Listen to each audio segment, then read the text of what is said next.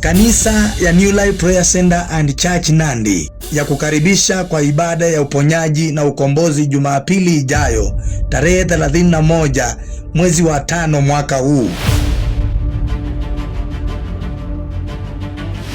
Kwa maombi moto moto,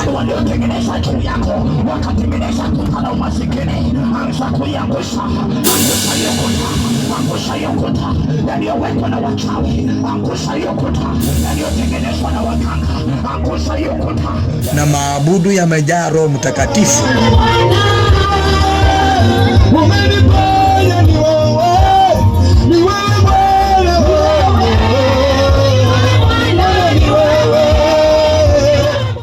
Pamoja na ukombozi.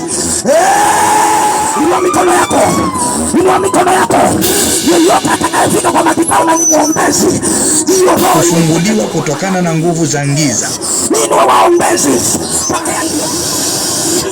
La la la la la la la la la la la la. I am installing a new spirit.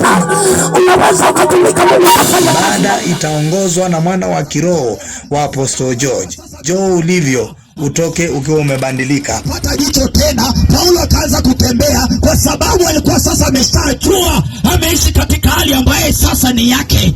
Ile hatima ameingia sasa kwa hatima yake. Katika hatima yako anayekupiga vita ni shetani. Lakini wakati ambao unatembea katika hatima ambayo sio yako, anakupiga vita ni Mungu.